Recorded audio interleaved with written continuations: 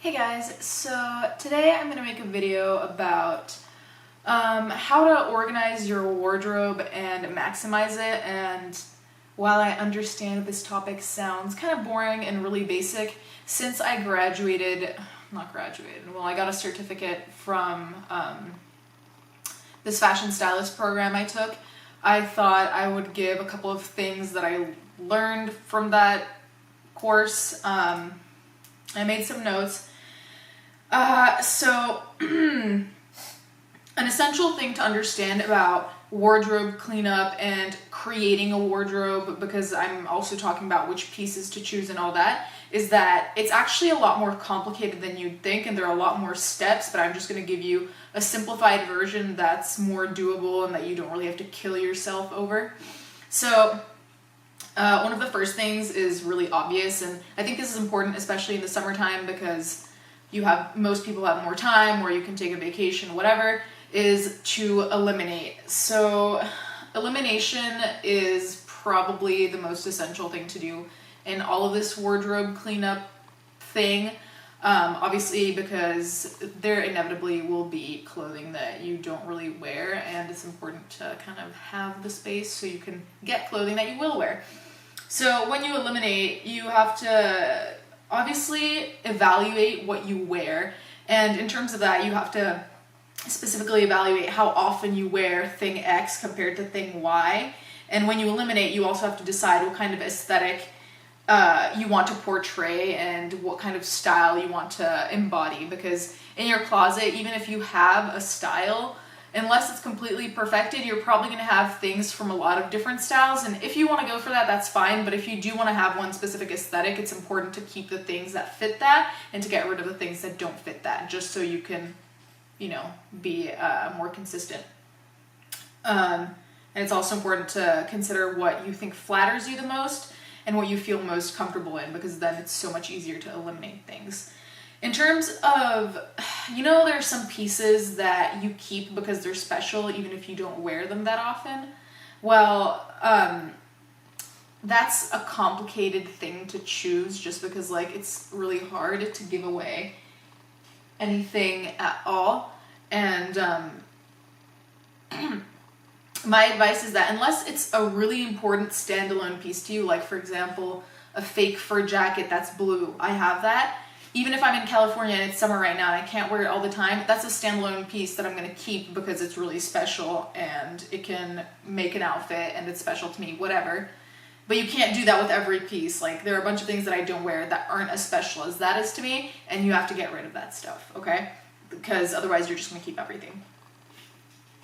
Second thing you have to do in a wardrobe cleanup, purging, whatever, is to arrange things. It sounds really basic and stupid, but if you arrange things, it's a lot easier to evaluate what you need / what you're missing or what you already have a lot of. So shirts together, pants, jackets, occasion wear, it's nice to separate those that way rather than by color, just because, has it ever happened to you that you're getting dressed and then you think, I've worn the same pants pretty much all week? That might show that you don't have enough pants, or not enough pants that you feel comfortable in, or that you feel flatter you, so that you can determine where a problem section is. If you do it by color, it's a lot harder to tell that.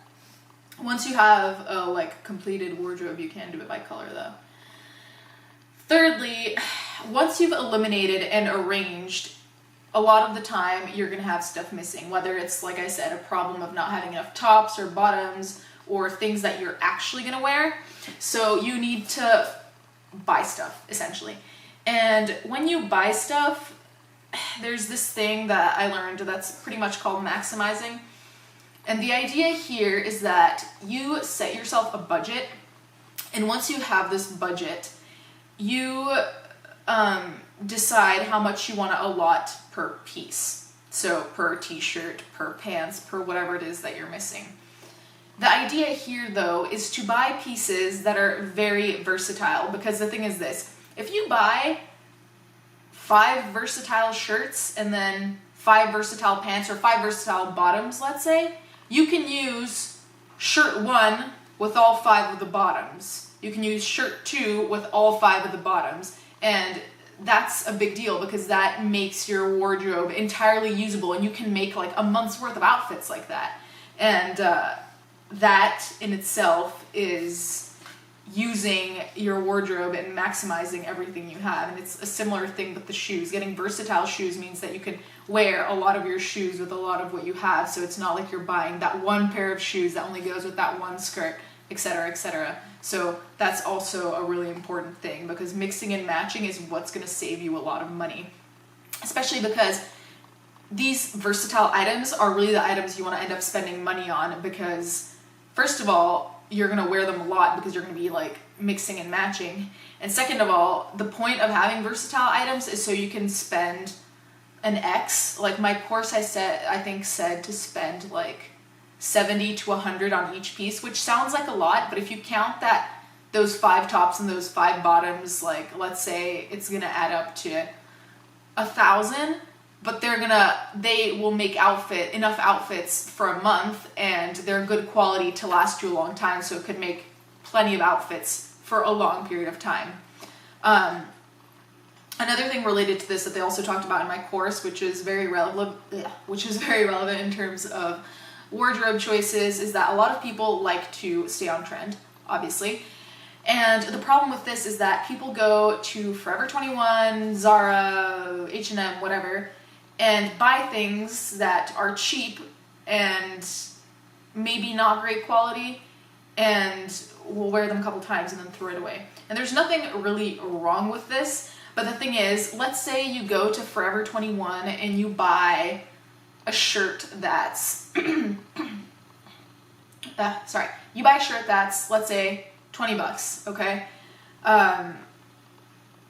You wear that shirt because it's on trend, maybe 2 times, 3 times, being generous, if you have the right things to go with it, and then you dump that. If you only buy like 5 shirts from Forever 21 in a month, you spend pretty much what one of your versatile shirts would be that you can use for a long period of time, and that you can mix and match, and that doesn't really go out of style.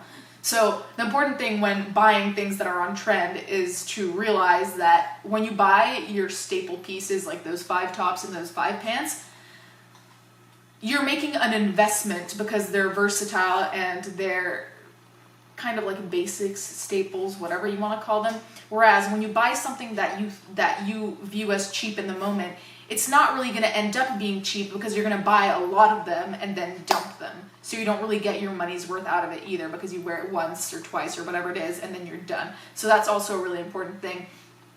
So also when it comes to staying on trend, what my course was advising was that you buy pieces that are on trend, sure, and you might want to invest a little bit in them, because if you find the right ones, you can always incorporate that into your circle of versatile wear. You know, like recently there's been that trend of like lace-up bodysuits.